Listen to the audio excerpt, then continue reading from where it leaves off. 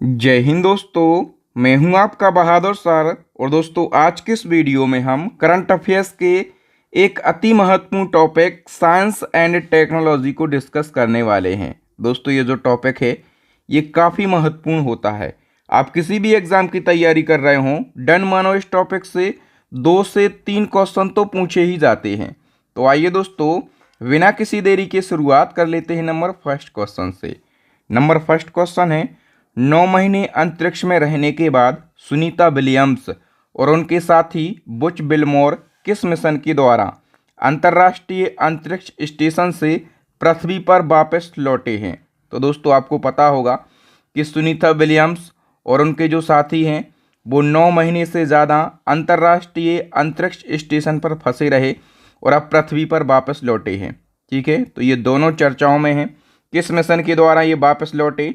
तो space x के crew 10 mission के द्वारा ये पृथ्वी पर वापस लौटे हैं। कब वापस लौटे? ये 19 मार्च 2025 को। ठीक है, तो कुछ और क्वेश्चन बनेंगे सुनीता विलियम्स और उनके साथी से। बताओ, 2024-25 में सुनीता विलियम्स और उनके साथी बुच बिलमोर ने अंतर्राष्ट्रीय स्पेस स्टेशन पर कितने दिन बिताए? तो 286 दिनों तक ये जो अंतर्राष्ट्रीय स्पेस स्टेशन है यहाँ पर ये बने रहे।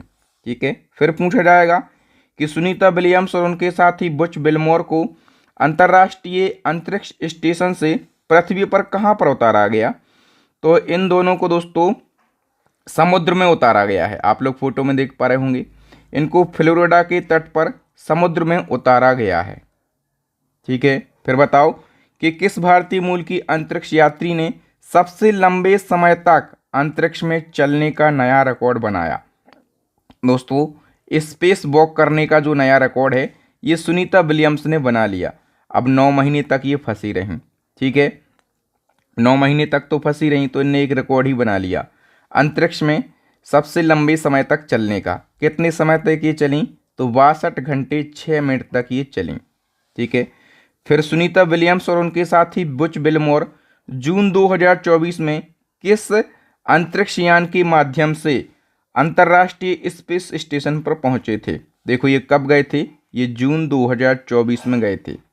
ठीक है, और किस व्हीकल से ये गए थे? तो स्टार लाइनर व्हीकल से ये पहुंचे थे। ठीक है, फिर एक और प्रश्न बनेगा कि सुनीता विलियम्स और बुच बिलमोर बोइंग और नासा के 8 दिन के किस मिशन के उद्देश्य पर गए थे? तो दोस्तों, सुनीता विलियम्स और उनके साथी बुच बिलमोर जो हैं ये जून 2024 में गए थे। ठीक है, और 8 दिन का ये मिशन था। कौन सा मिशन था?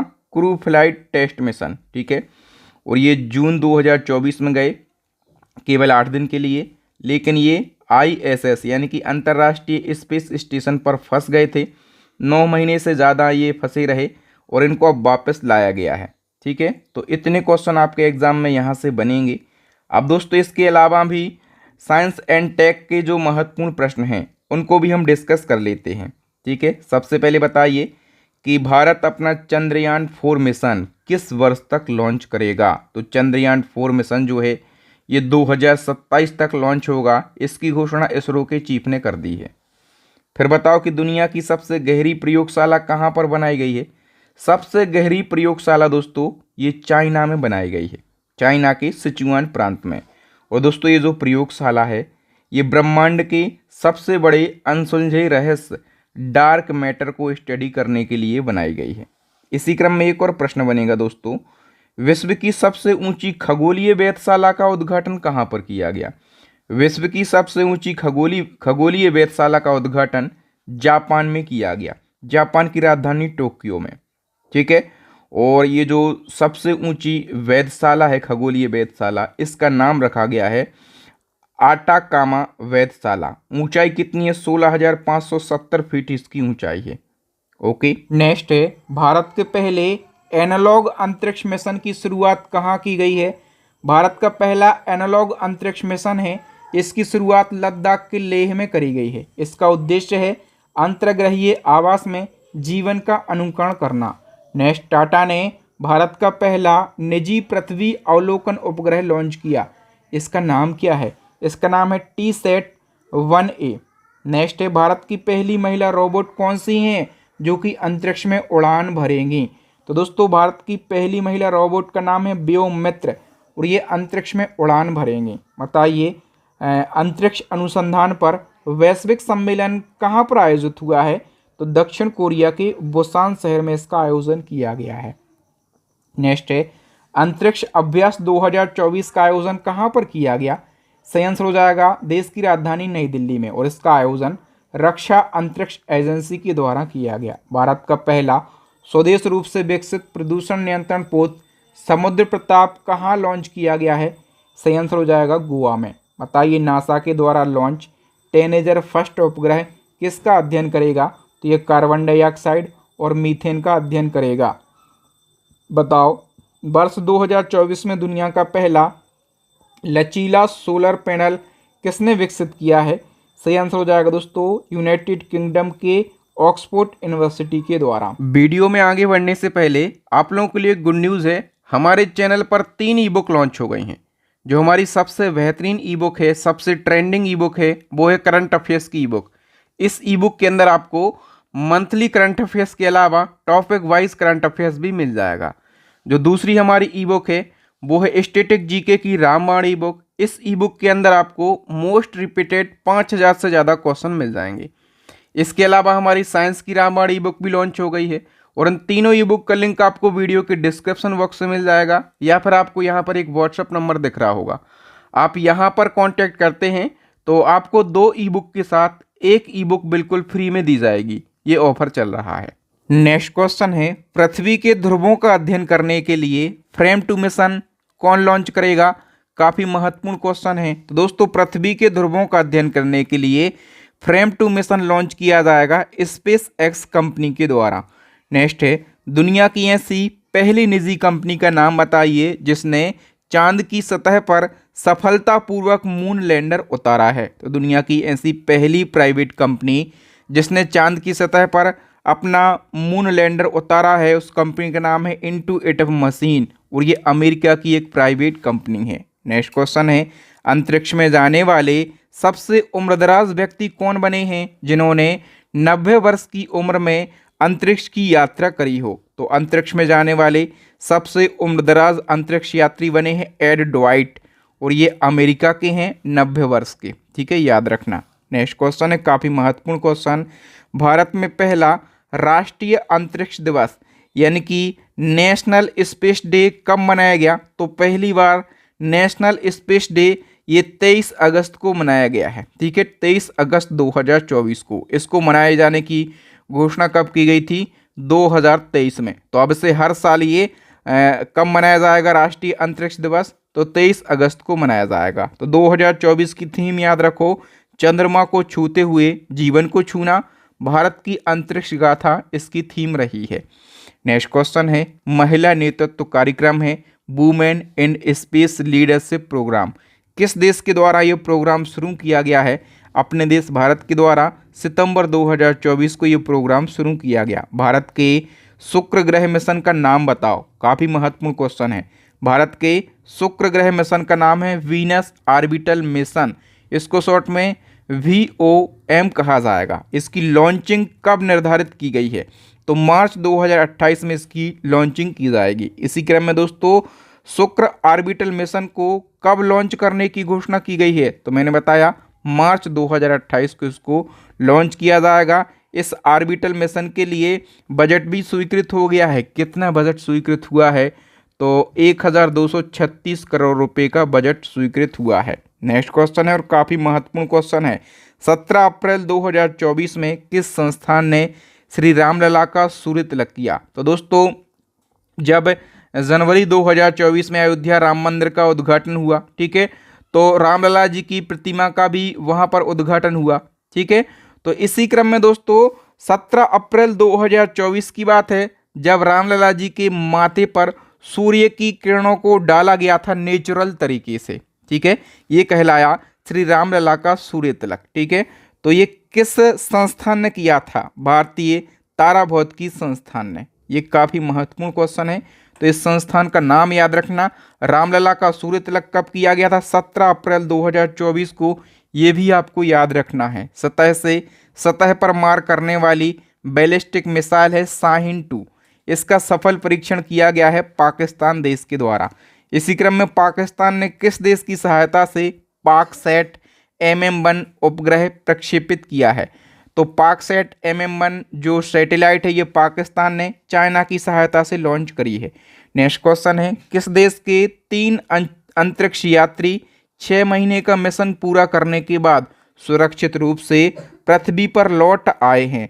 तो ये कहाँ के 3 अंतरिक्ष यात्री हैं जिनने 6 महीने का पूरा मिशन किया है? चाइना के। नेक्स्ट क्वेश्चन है, भौतिकी अनुसंधान प्रयोगशाला अहमदाबाद के वैज्ञानिकों ने किस नए बहिर्ग्रह की खोज करी है? तो दोस्तों अभी TOI 665 1b बहिर्ग्रह की खोज करी गई है और ये जो ग्रह है दोस्तों ये पृथ्वी से 5 गुना बड़ा है और 60 गुना भारी है। ठीक है, तो नाम याद रखना, भौतिक अनुसंधान प्रयोगशाला अहमदाबाद का संस्थान है और यहाँ के वैज्ञानिकों ने इस ग्रह की खोज करी है।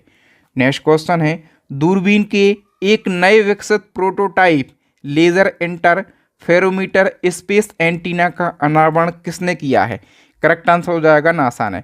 और जब भी मैं नासा की बात करूंगा तो आप याद रखना कि नासा जो है ये अमेरिका की अंतरिक्ष एजेंसी है। जिस प्रकार से भारत की अंतरिक्ष एजेंसी है इसरो, उसी प्रकार से अमेरिका की अंतरिक्ष एजेंसी है नासा। याद रखना दोस्तों, ये जो दूरबीन है ये वाह्य अंतरिक्ष में गुरुत्वाकर्षण तरंगों के अध्ययन के लिए समर्पित पहली वेधशाला होगी और इसे संयुक्त रूप से नासा ने यूरोपीय अंतरिक्ष एजेंसी के साथ मिलकर निर्मित किया है। नेक्स्ट क्वेश्चन है, सबसे बड़ा अंतरिक्ष यान यूरोपा क्लिपर किस ग्रह के चंद्रमा की खोज के लिए लॉन्च किया गया? तो दोस्तों सबसे बड़ा अंतरिक्ष यान है, यानी कि सबसे बड़ा हम कह सकते हैं स्पेस व्हीकल है और स्पेस व्हीकल का नाम क्या है? Europa clipper. ठीक है, और ये जो है ये बृहस्पति ग्रह के चंद्रमा जिसका नाम है यूरोपा, इसकी खोज के लिए लॉन्च किया गया है। ठीक है, तो याद रखना ये बृहस्पति की कक्षा में अप्रैल 2030 में पहुंचेगा। नेक्स्ट है, किसके द्वारा वैश्विक मिशन शक्तिसैट लॉन्च किया गया? तो शक्तिसैट को स्पेस किड्स इंडिया के द्वारा लॉन्च किया गया है। दोस्तों आप लोग ध्यान दीजिएगा, हर क्वेश्चन में मैंने डेट को मेंशन किया है कि ये कब का अपडेट है। जैसे ये शक्तिसैट मिशन जो है ये अक्टूबर 2024 को लॉन्च किया गया, स्पेस किड्स इंडिया के द्वारा इसको लॉन्च किया गया। नेक्स्ट क्वेश्चन है, एशिया की सबसे बड़ी और दुनिया की सबसे ऊंची मेजर एटमॉस्फेरिक सेरेनकोव एक्सपेरिमेंट वेधशाला का उद्घाटन कहां पर किया गया? करेक्ट आंसर हो जाएगा लद्दाख के हानले में 4 अक्टूबर 2024 को इसका उद्घाटन किया है। मोस्ट इंपोर्टेंट क्वेश्चन आ गया, भारत ने अपना पहला पुनः प्रयोज्य यानी कि रीयूजेबल हाइब्रिड रॉकेट लॉन्च किया है। इस रॉकेट का नाम क्या है? दोस्तों ऐसा रॉकेट जिसको फिर से यूज़ कर सकते हैं और ये पहला ऐसा रॉकेट है। तो इसको नाम क्या रखा गया है?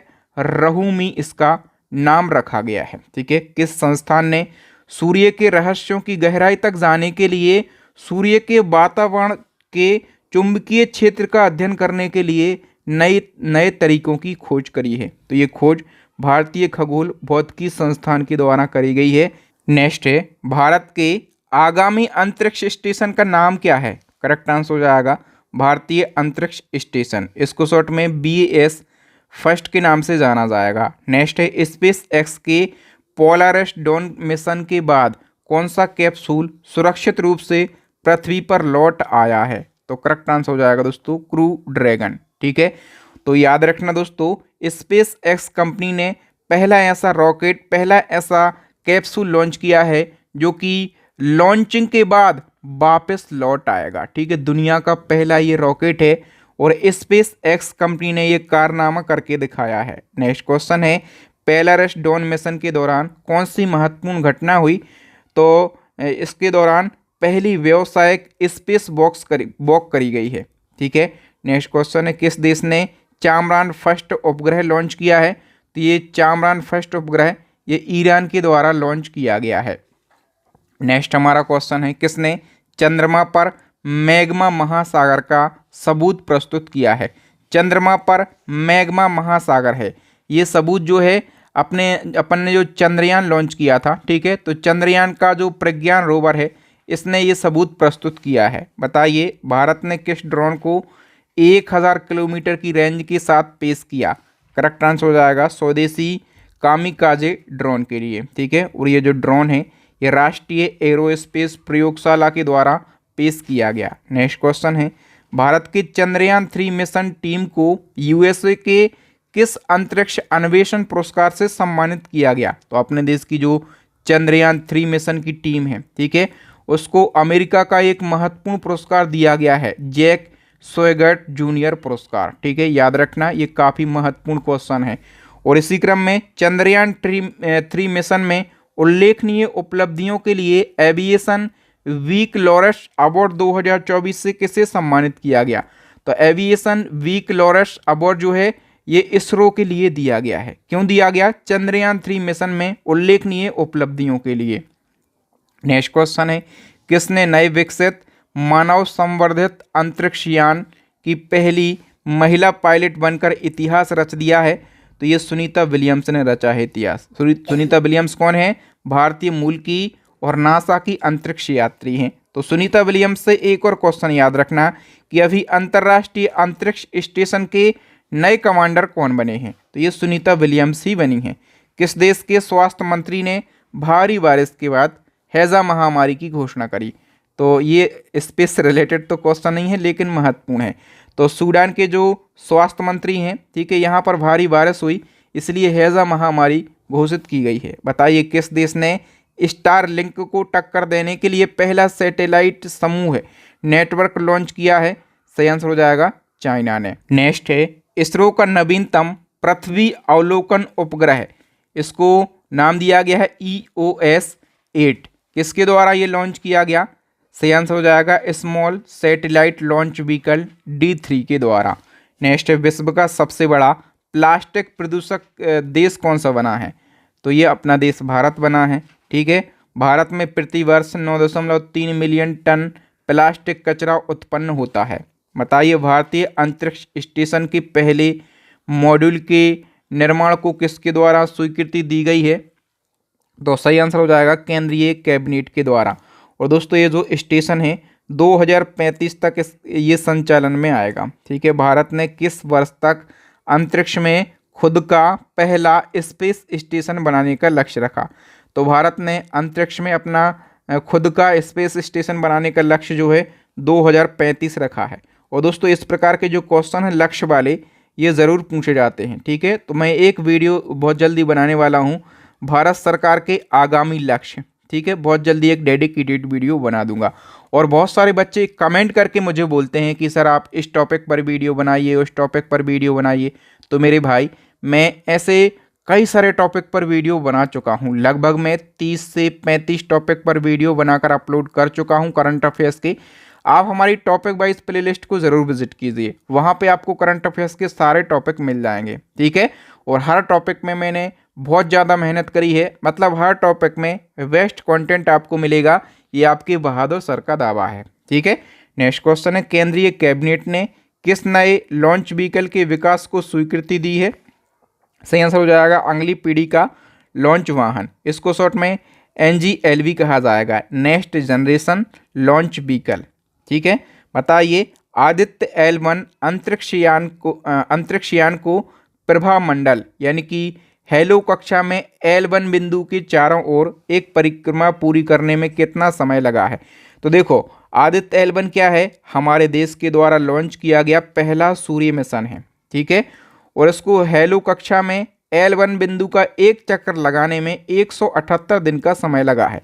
अभी हम आगे जो हमारे देश का पहला सूर्य मिशन है आदित्य L1, इसके बारे में भी कंप्लीट करंट अफेयर्स को कवर करेंगे। ठीक है, बस आप इतना जान लो कि आदित्य L1 को कब लॉन्च किया गया था? 2 सितंबर 2023 को।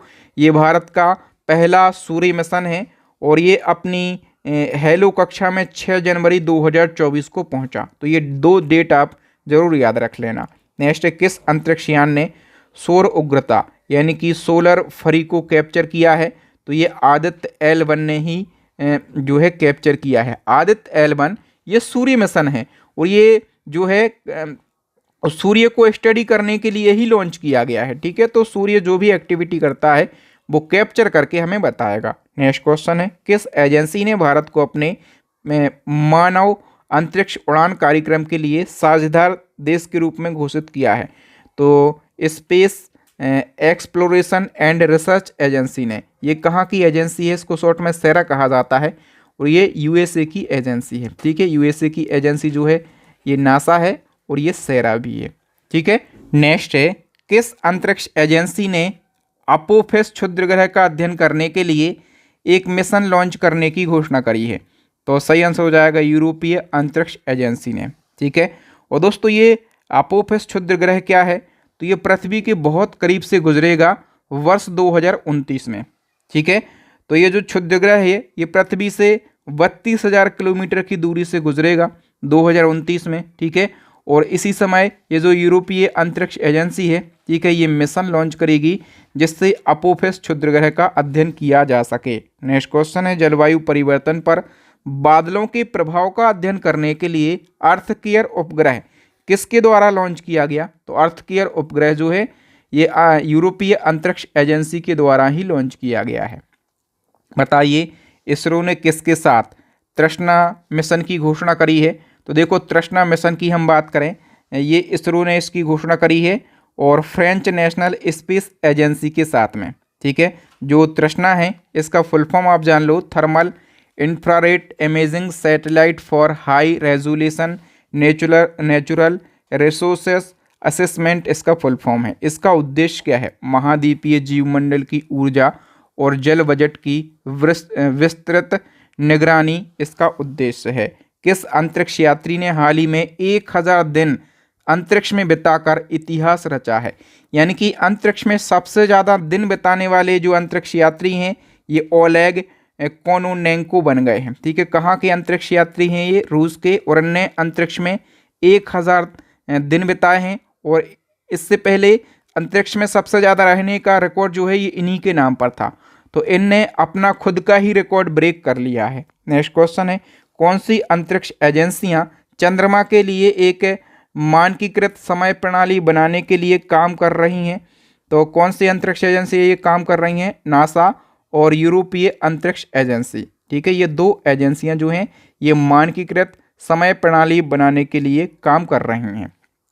नेक्स्ट है, चंद्रमा के लिए मानकीकृत समय प्रणाली किस कार्यक्रम के तहत विकसित की जा रही है?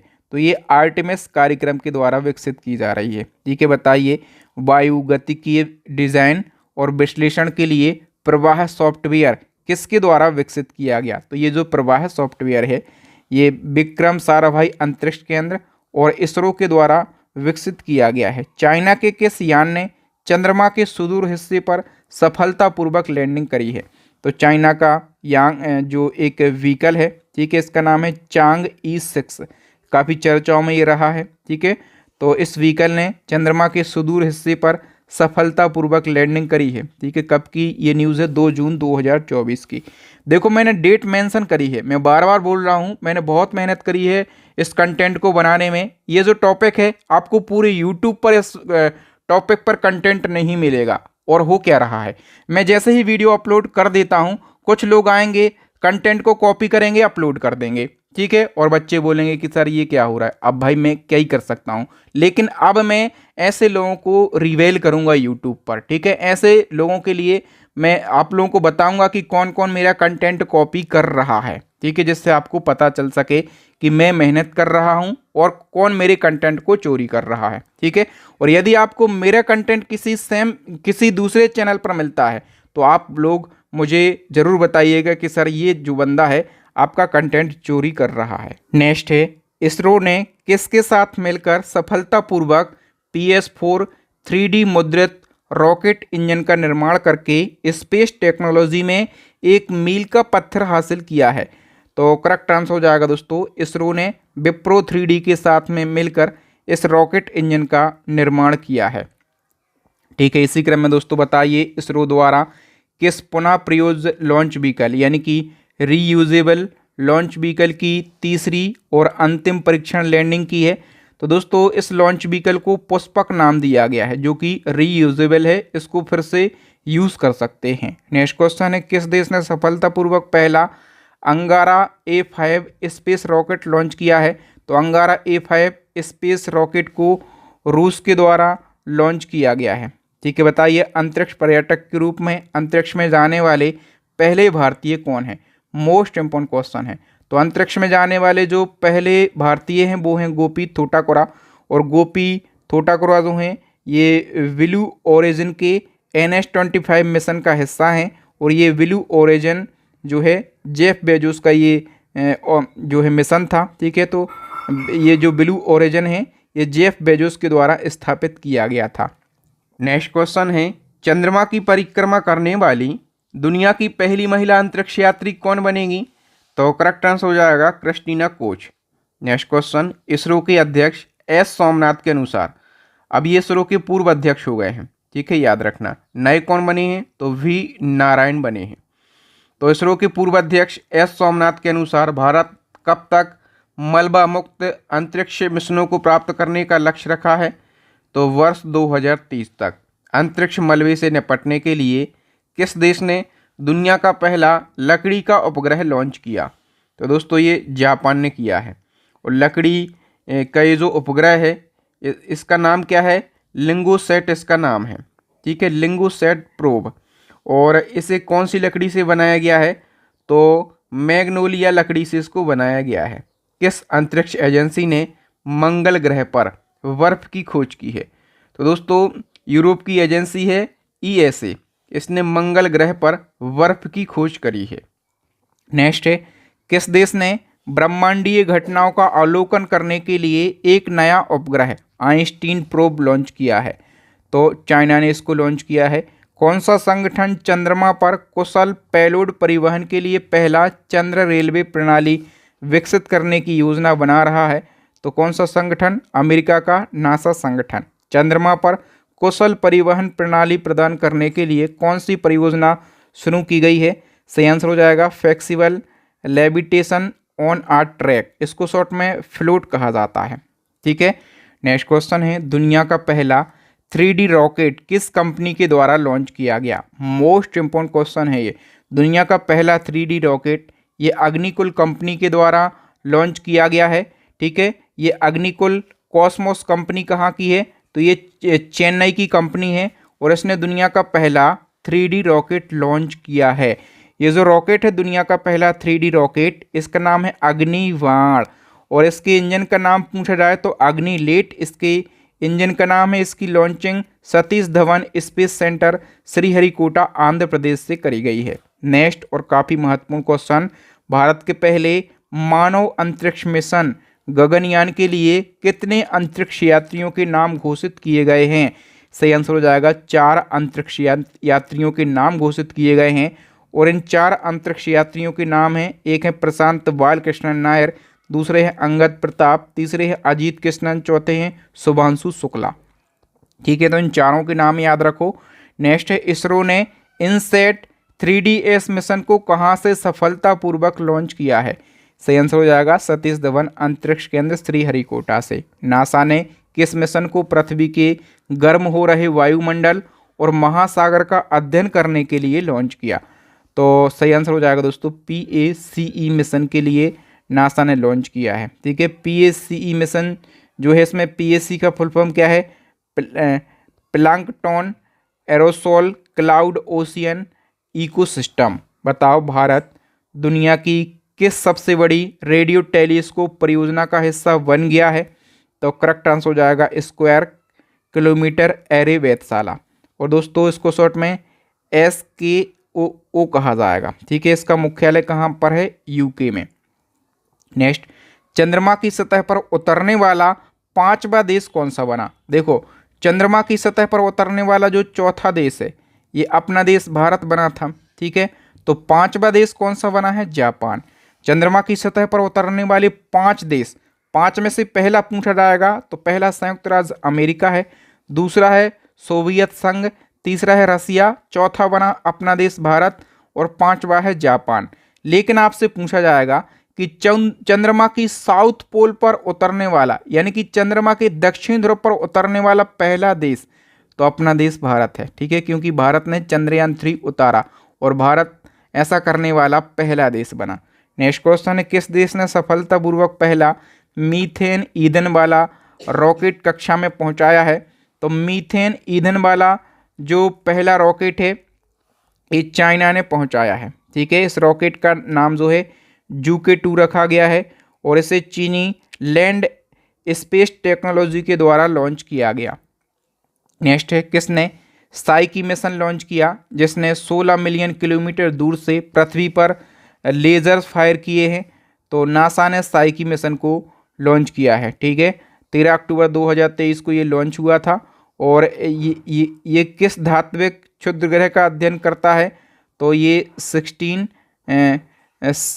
जो है साइकी का अध्ययन करता है। ठीक है, हाल ही में खोजी गई दूसरी सबसे शक्तिशाली ब्रह्मांडीय किरणों का नाम क्या है? तो दूसरी सबसे शक्तिशाली ब्रह्मांडीय किरणों का नाम है अमारटेरसु। नेक्स्ट है, चंद्रयान-3 लॉन्चिंग के काउंटडाउन को आवाज देने वाली इसरो की वैज्ञानिक एन वलारमथी का हाल ही में निधन हो गया है। वो किस राज्य से संबंधित थी? जब अपने देश का चंद्रयान-3 लॉन्च हुआ उस समय जो काउंटडाउन को आवाज दी थी, आवाज थी 3, 2, 1 और चंद्रयान-3 की लॉन्चिंग हो गई थी। तो ये जो 3, 2, 1 की काउंटडाउन की आवाज थी ये एन वलारमथी ने दी थी और इनका हाल ही में निधन हो गया है। ये तमिलनाडु की थी और ये इसरो की वैज्ञानिक थी। नेक्स्ट क्वेश्चन, हाल ही में अंतरिक्ष विज्ञान में युवाओं को प्रेरित करने के लिए इसरो ने कौन सा कार्यक्रम शुरू किया? तो अंतरिक्ष विज्ञान में जो युवा हैं उनको अवेयर करने के लिए इसरो ने स्टार्ट 2024 कार्यक्रम को शुरू किया।